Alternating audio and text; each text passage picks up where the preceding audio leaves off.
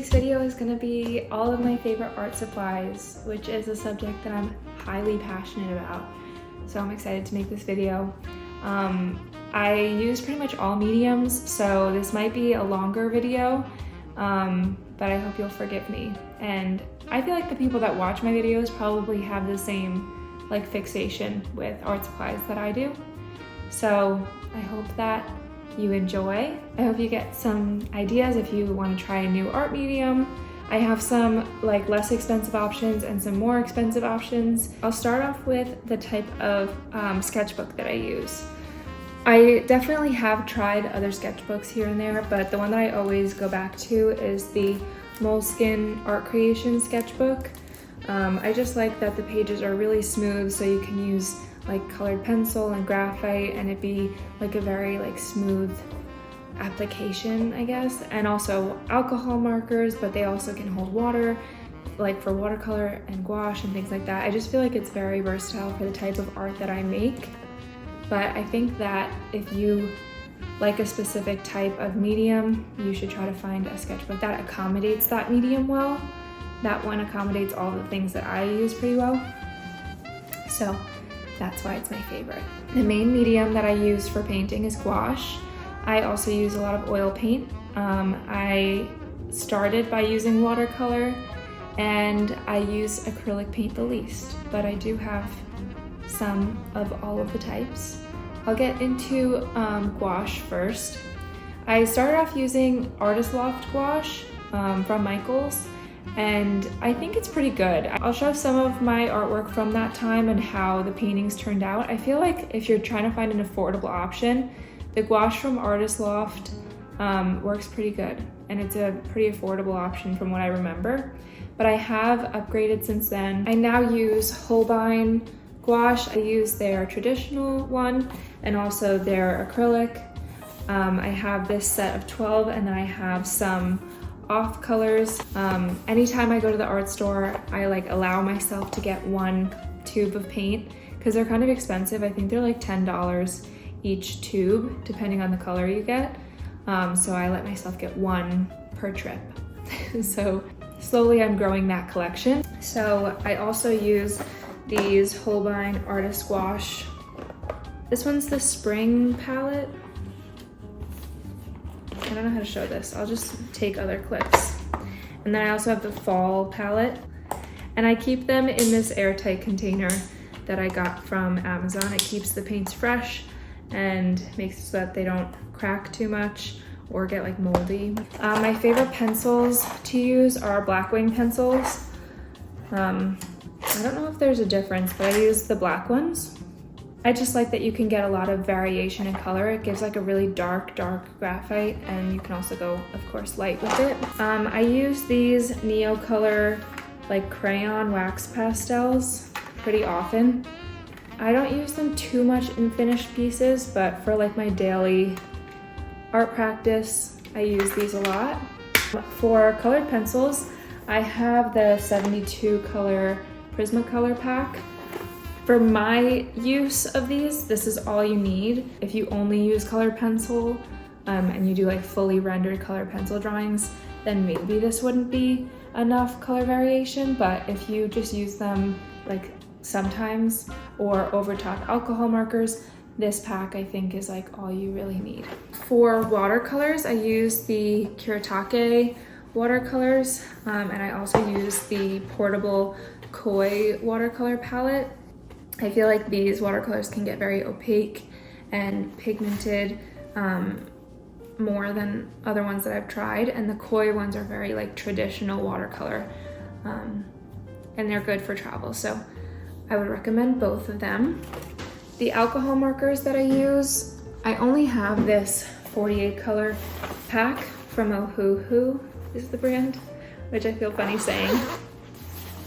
But I have these colors, and then I have 4 or 5 Artist Loft colors, which is the brand from Michaels, because there was a few pastels that this pack is missing. I feel if you use a lot of alcohol markers, this pack isn't completely cohesive for all that you need, but since I don't use alcohol markers a ton, so far I feel like this one gets me through what I need it for. I am actually working with Ohuhu. They're going to be sending me some new products, which I'm really excited to try. So I will be making some alcohol marker content in future videos, and you'll see like kind of maybe the wider spectrum of what colors you might need. In terms of palette, I use this plastic palette from Blick for a lot of my gouache, the one that's in the airtight container, because this will just wipe off with water. And then I also use a Stay Wet palette for acrylic paint and for the acrylic gouache.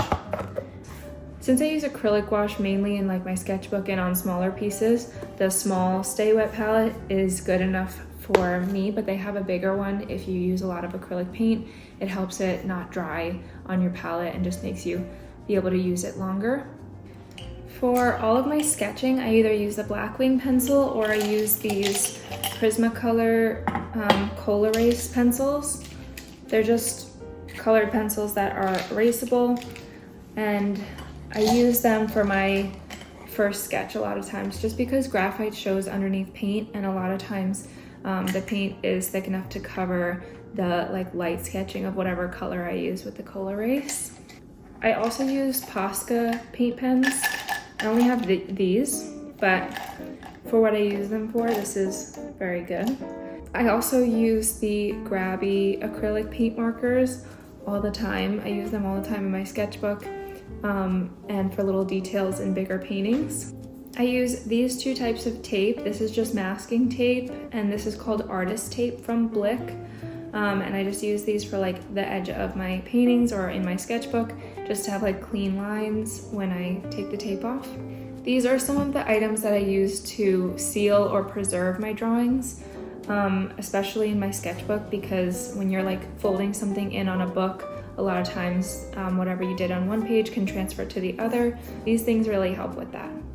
This is Dorland's wax medium. I use this on all of my gouache paintings because gouache is water soluble, so if that painting were to get wet at any point, it reactivates the gouache and can completely ruin a piece. This is like a thin layer of wax that makes it that it's like water resistant, so that's very helpful. I use this as a sealant for oil pastel. This is the Golden Heavy Gel Matte Acrylic Medium, and I use this just to seal oil pastel mainly. And then for any Coal Erase or pencil, I use the workable fixative from Krylon. I think this stuff works pretty well. And that's all I use for preservation stuff. And I use the Sennelier oil pastels. This was a gift from my husband, this 72 color pack. And I actually never used to use oil pastel because the ones that I tried, I just like hated. I hated the texture. They would like almost be sticky. And these are like drawing with butter. They're also gorgeous. I feel like these are like my prized possession. Not only because they were a gift, but because they're like gorgeous. I feel like they feel luxurious. So for acrylic paint, I think the best brand of acrylic paint is Golden. They're also like one of the most expensive. So I only have a few like select colors that I feel like I can't find in any other brand. I love their fluorescent colors. This is fluorescent chartreuse. It's like a lime yellow green. And this is fluorescent red, which I just like, I'm obsessed with this color.